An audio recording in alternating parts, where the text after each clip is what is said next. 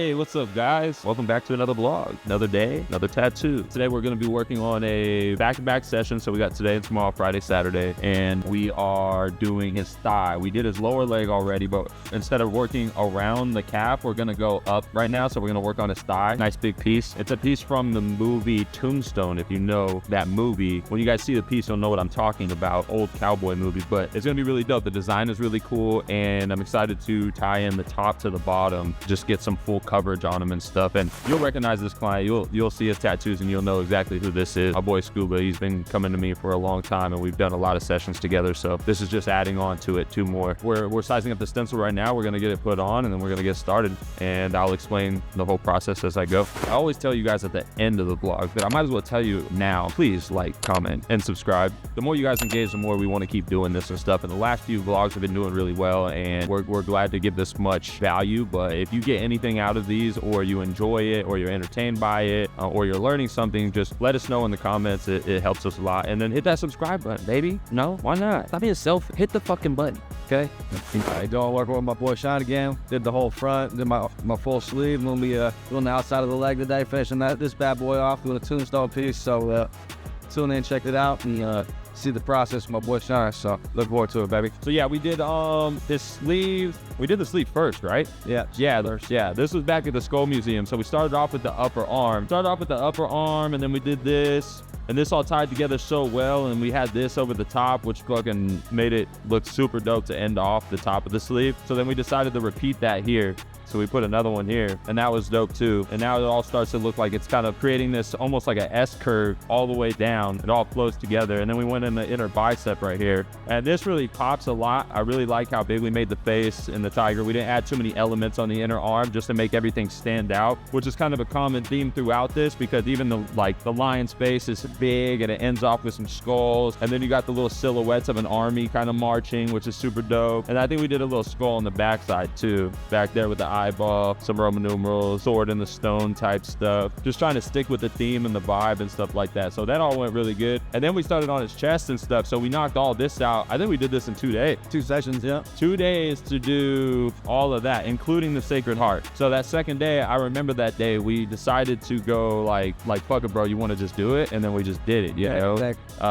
So it was a long session, but it was totally worth it, because I think we both wanted to see the full chest piece come together, especially with that Sacred Heart sitting in such a dope spot. And then when he started coming back, we did the koi fish, which was super dope, because we got to make them really negative and kind of realistic and stick to the same style, but even though it was kind of like some Japanese kois, which was dope. And then we kind of did the water ripple behind it and some flowers around it, which made it easy to add on to once we added his kids portraits right here. And all we did was continue a couple of these flowers, added some negative streaks to create some flow on the ribs. And then we just had to place the portraits in a spot that it would sit good, because putting portraits in this area is a little tough, but we definitely made that shit work, and now they're hella smooth. And now as a whole, this whole front panel looks super dope, and now we're starting his legs. So I don't even know how many sessions this has been. How many sessions? This is going to be 15 and 16. 15 to 16. Yeah. So coming up on 20. Keep rocking till we're out of skin, so. See what happens when you stick with one artist, guys? That's what it is. So yeah, we're gonna keep going on this leg, starting on this thigh, and eventually we'll finish this whole leg, and we'll probably try to knock it out pretty quick, hopefully within a year or so. But yeah, let's see how it goes. All I'm doing, guys, is lining up my marks, and then the marks that I made so I could get generally in the area that I lined it up at, pressing the center, do the important parts first, like the face. So I'm gonna go ahead and press the face down first.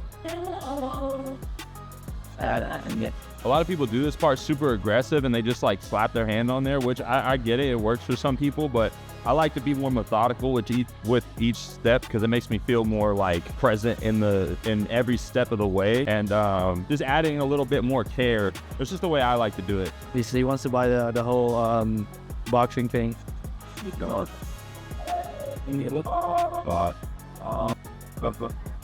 so good. Yes. Is it better to freehand the smoke or those? So the only time I do this type of stuff is if after I put the stencil on, if I feel like there's some dead space that needs to add some flow to it. So like without this little smoke I just added, we have the cards at the top, which is cool. But if I just like shaded off the top of the cards only, then you're gonna have like this kind of like line of shading that just is kind of like too flat for me, you know? And a lot of what we think about is focal points of like how the tattoo ends and then how it ties into the other tattoo, or even how it ends at the bottom, you know? That's like a huge thing to think about. Like even on sleeves, like how does the sleeve end at the wrist? Like does it just harsh stop, which I know a lot of people do, but I don't feel like it's aesthetically superior. I think the best way to do it is to have it naturally flow out to the wrist so it looks like the tattoo is more a part of their skin as opposed to just put on top of the skin. Yeah, we want to make it look like it's part of their body. So like how it flows and how it ends off is huge. So up here I just added this stuff. So now it added a lot more by breaking up what would normally be just a straight shading off the top. Now we have some sort of character that kind of like fades out in different shapes. And then it also is reminiscent of the smoke that we're gonna do around his knee over here. So it all just kind of ties together in a way that makes it look like all one thought. So.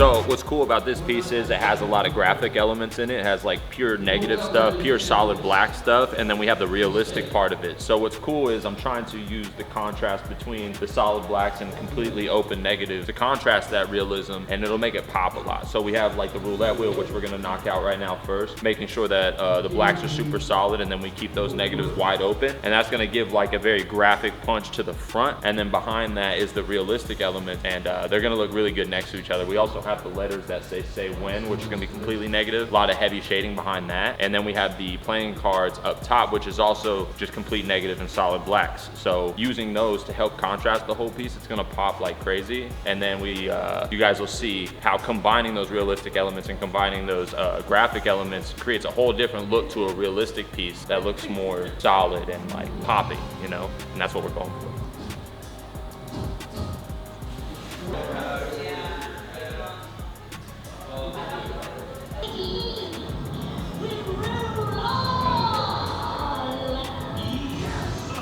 Like make it look smooth and solid, and so it's like it has a lot to do with keeping an even depth the whole time, like the same depth instead of it going in and then out. And this part is more shallow, this part is more deep.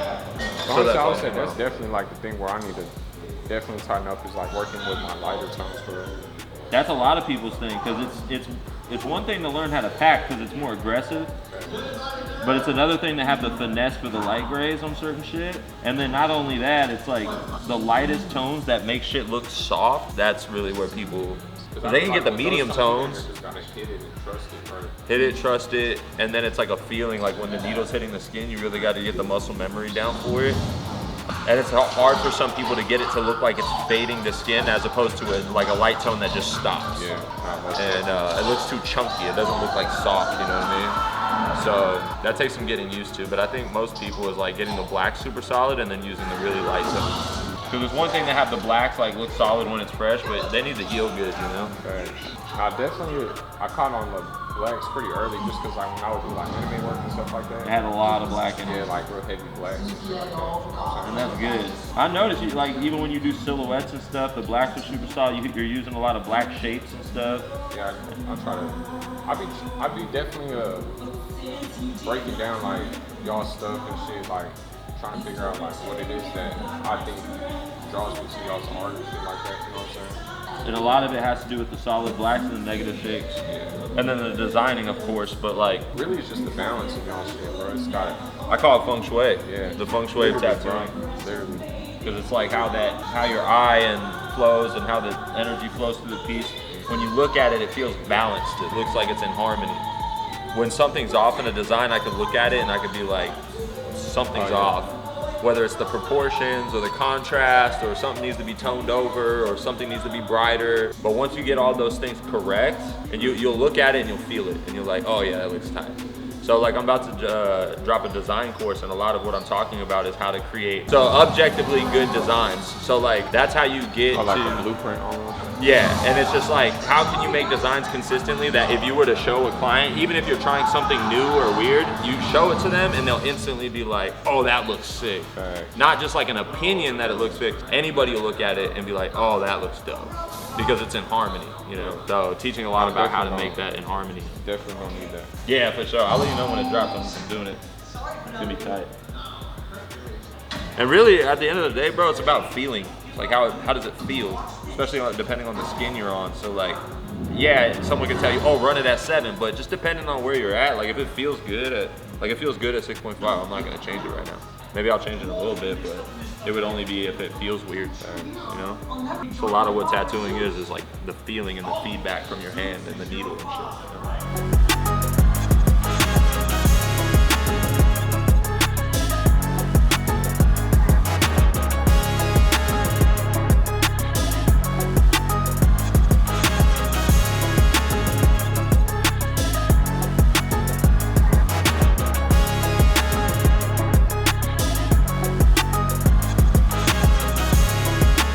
All right, boys and girls, that is day 1. We got as much as we could done today. Going a little further would make it a little tough for me to continue tomorrow, because if I started some of the stuff, I just have to commit to it, right? So I got a good amount done, enough to where I'll have a solid day tomorrow, but we're definitely gonna get it finished. But yeah, no prep tomorrow. So day 2 is always fun because there's no prep. And when he's gonna come in, we'll wipe him down, get them all cleaned up, and then we're gonna get going again and try to knock this shit out. So day 1 in the books.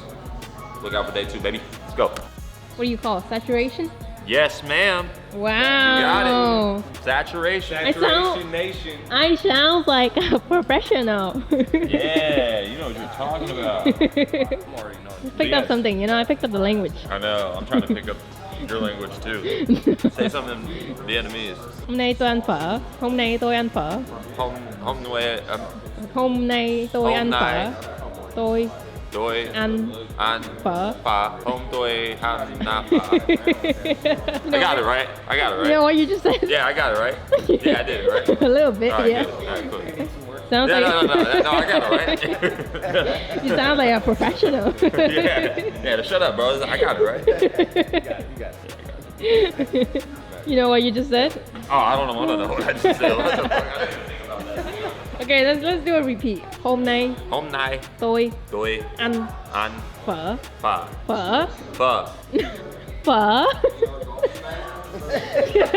Oh. Phở. Yeah.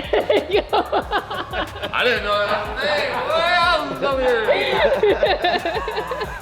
I didn't know that made a difference, boy. I was over here. Pho. Let's go eat some pho. It's not pho. It's Yeah. not pho. It's pho. Yeah. Sound like Tim the Toolman Taylor over here. I already forgot all of it. Hôm nay tôi I hate doing it step by step. Say like the whole thing. Hôm nay tôi ăn phở. Hôm nay tôi ăn phở. What is he saying? Like today you eat phở. Like phở. What? Like Yeah, today you there's eat kids pho. in here. Huh? What are you saying? Today you eat phở. Oh, okay. You know the noodle soup, the Vietnamese noodle soup? Yeah, that's what I thought I was saying in the Yeah. first place. But I didn't know I had the pho. I didn't know I had to do all that. Shit. I think you're exaggerating. No, she said. You have to say it like that. Say it. Say what? Try it, Jack. Hôm nay Hôm nay tôi tôi Doi or doi? tôi Doi? yeah Like TH? tôi Hôm nay tôi. hôm nay tôi ăn ăn ăn hôm nay tôi ăn phở. phở. Hôm nay tôi ăn phở. Hôm nay tôi ăn phở. Oh, you got it. See? Yeah. Professional. We're getting canceled. Slay. Yeah, no, I remember back in Nam, we used to fucking. Whoa. What? Hold on a second. Now we're really getting canceled. Yeah, we're getting a little.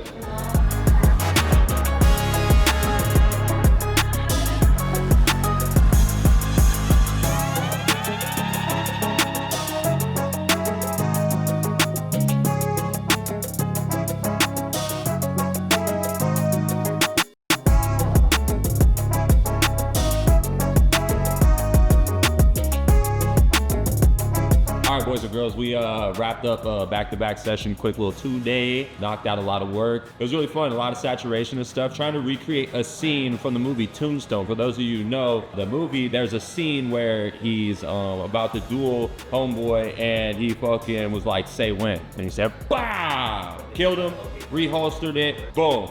That's it. So we wanted to recreate that in this piece, and he wanted to add some gambling stuff in there too, so that's what we did. So really fun design, really fun piece, trying to recreate it and do a portrait of someone where it's not the best reference because it's like a screenshot of a movie scene, so it's kind of blurry and stuff. So what I had to do is really like refine and define the features of the face and the shirt and the gun, and then how do I get it to stand out with everything else. So that's why we have like the negative line around some of the stuff, because I really wanted it to stand out from all the busyness. But I think it turned out really dope. It's really mixing the realistic with the graphics. So let me know what you guys think about the piece. We're gonna keep dropping these vlogs and stuff. If you don't mind, please drop a like, comment, and subscribe so we can keep doing this and stay excited about doing it. But every dope piece I'm gonna do, we're gonna vlog it and explain the whole process for you guys, just adding value where we can. So if you appreciate it, please drop a thumbs up and a subscribe.